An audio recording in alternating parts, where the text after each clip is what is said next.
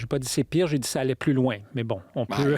J'ai interprété ça comme c'est pire, mais ça va plus loin. Ça va plus loin. Oui. Je pense que là, on est en train de jeter le bébé avec l'eau du bain.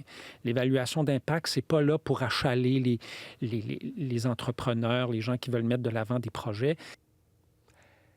L'ex-ministre de l'Environnement, Stephen Guilbeault, qui est toujours député libéral, critique son chef, le premier ministre Mark Carney, sur les changements apportés au cadre réglementaire pour les grands projets. Le fédéral veut réduire les délais pour obtenir une approbation environnementale, un processus qui peut prendre en ce moment jusqu'à 5 ans. Louis Couillard est responsable de la campagne Climat et énergie chez Greenpeace Canada. Bonsoir, M. Couillard. Bonjour. Partagez-vous les craintes de M. Guilbeault par rapport à ces changements réglementaires? Ben, c'est assez drôle parce que M. Guilbeault et moi, on ne voit pas toujours, disons, sur la même longueur d'onde les choses. Mais là, cette fois-ci, je suis très d'accord avec lui. Ça va plus loin qu'Harper. Et moi, j'irais jusqu'à dire, c'est pire. C'est pire qu'Harper. Et là, je suis souriant, je passe une belle journée, mais honnêtement, je suis assez fâché là, depuis vendredi passé, depuis cette nouvelle-là.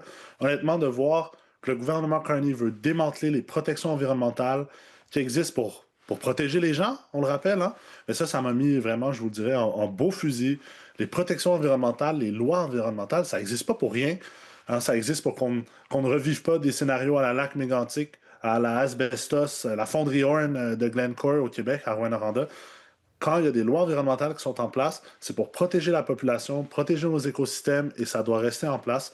Donc, j'étais très surpris, honnêtement, et déçu d'entendre cette mesure de réforme des processus environnementaux que M. Carney veut mettre de l'avant. Là, il y a un processus de consultation de 30 jours qui s'enclenche, donc c'est possible qu'il y ait des changements d'un côté ou de l'autre. Est-ce qu'il y a moyen quand même, selon vous, sans tout jeter à la poubelle, d'accélérer un peu les processus d'approbation? Est-ce qu'il y a de la bureaucratie ou de la paperasse dans laquelle on peut couper un peu?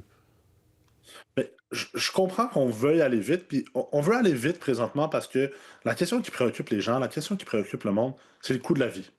Parce que la vie est trop chère. Hein? Pendant que les ménages en ce moment sont en train de subir une hausse du coût de la vie absolument épouvantable, les ménages aussi qui subissent l'instabilité géopolitique, les répercussions de la guerre au Moyen-Orient, en Iran.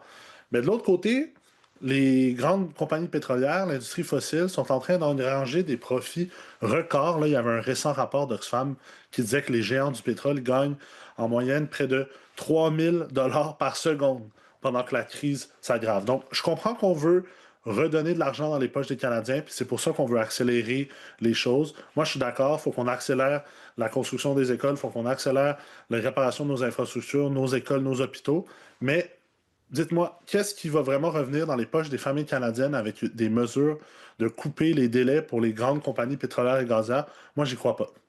Vous parlez de la priorité des gens, justement, c'est intéressant parce qu'il y avait un sondage publié ce matin. Qu'est-ce qui devrait être la plus grande priorité, selon vous, priorité énergétique du Canada? Protéger l'environnement, 39 % c'est en forte baisse. Croissance économique, c'est là où les gens veulent qu'on mette des efforts. Est-ce que le gouvernement, dans le fond, est en train d'écouter un peu le son de cloche qu'il a sur le terrain?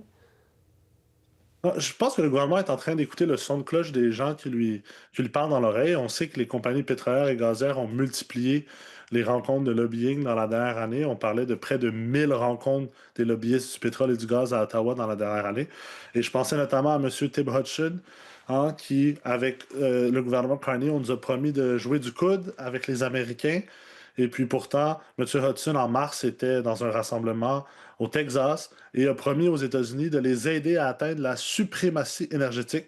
Je pense que ce qui concerne les gens vraiment en ce moment, c'est le coût de la vie et on veut des mesures pour accélérer ça. Mais moi, je ne pense pas sincèrement que ce qui est présenté par M. Carney de couper les protections environnementales qui protègent les Canadiens et les Canadiennes, ça va vraiment nous aider. De penser que Carney serait capable de nous verrouiller dans le pétrole et dans le gaz pour les années à venir, avec une vision très, très court terme, alors qu'on sait que le pétrole et le gaz causent la crise climatique et que les événements météorologiques extrêmes vont continuer de s'emballer à fort et à mesure qu'on va rester dépendant du pétrole et du gaz. Moi, ça m'inquiète et j'espère que M. Carney va écouter les préoccupations des Canadiens et des Canadiennes qui, je crois encore à la nécessité de protéger l'environnement tout en faisant du développement économique. Les deux ne doivent pas se venir en opposition. Il faut arrêter de les voir comme des opposés. Donc, il y a moyen de faire les deux. On verra justement le résultat de ces consultations publiques qui commencent. Merci beaucoup, M. Couillard. Merci, bonne soirée.